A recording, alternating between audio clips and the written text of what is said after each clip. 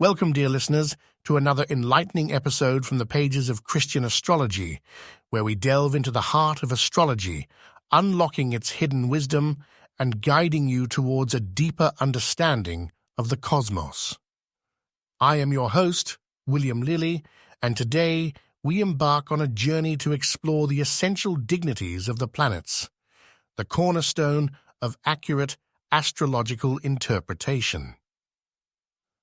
When it comes to practicing astrology, there are three fundamental pillars that form the bedrock of our craft. First and foremost, it demands an intimate grasp of the planets' natures and the signs that they inhabit.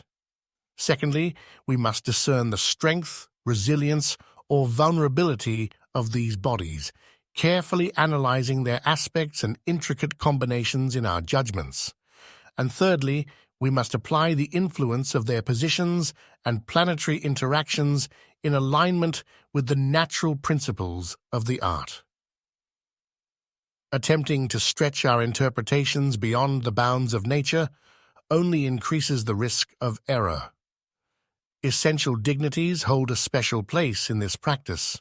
A planet earns true strength when it holds multiple dignities, gained from its placement in its house, exaltation, triplicity, term, or face, as well as where it loses dignity by being in its detriment or fall at the time the chart was cast. Let's begin with essential dignities by house. A planet gracing the sign that's considered its home, it gains inherent strength, and we bestow upon it 5 points. For instance, Saturn in Capricorn or Jupiter in Sagittarius. In such instances, the planet becomes a steward of its own domain, reflecting control over home, possessions, and fortune. The concept of exaltation comes next. A planet positioned in the sign where it is exalted earns 4 points, regardless of whether it's at the precise degree of its exaltation. Mars in Capricorn or Jupiter in Cancer serve as examples. Such a planet, unimpeded and angular, signifies a person with a proud and conceited demeanor, claiming more than they rightly deserve.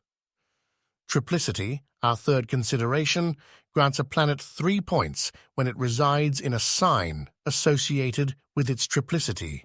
Yet, a word of caution is in order.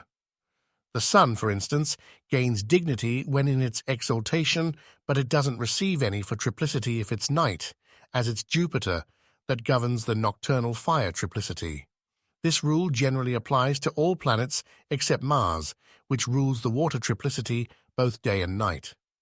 A planet in its triplicity signifies a person moderately endowed with worldly goods and fortune. Now, let's explore terms. When a planet resides within the specific degrees assigned to it for its terms, it earns 2 points. An example is Jupiter in the first 4 degrees of Aries or Venus in the first 8 degrees of Taurus.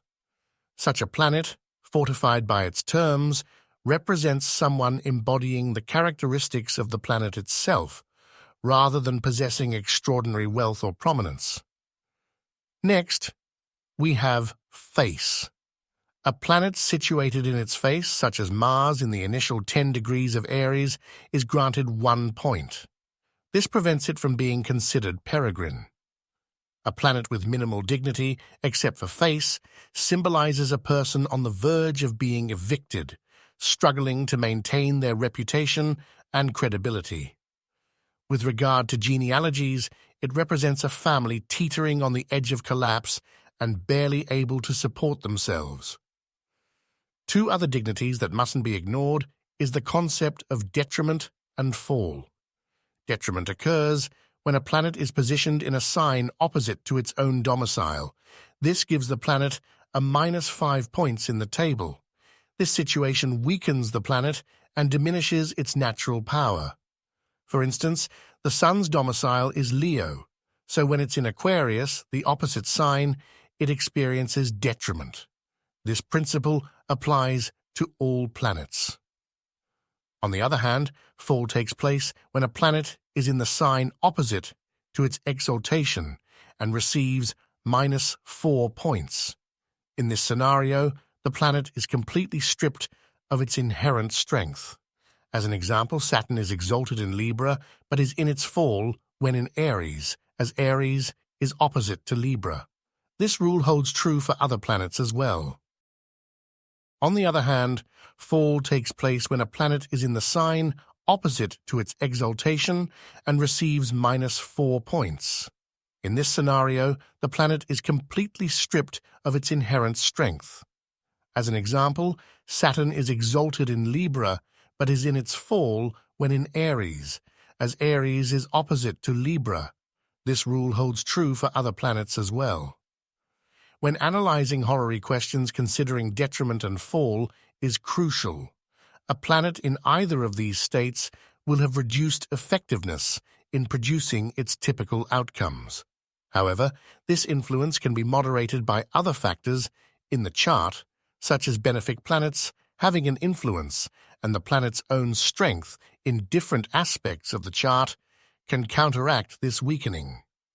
Overall, detriment and fall are factors to be aware of as negative influences and should be factored in when interpreting a chart.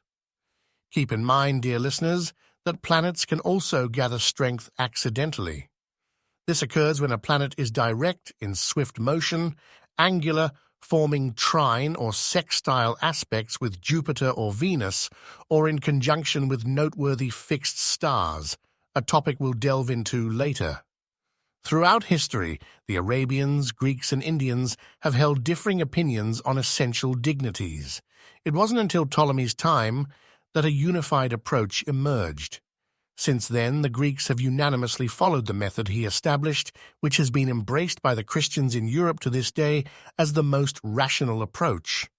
However, the astrologers of Moorish Barbary and those from their nation who lived in Spain currently have some variations from our method. Nevertheless, we shall use the table according to Ptolemy. And this is where we conclude our exploration of the essential dignities of the planets.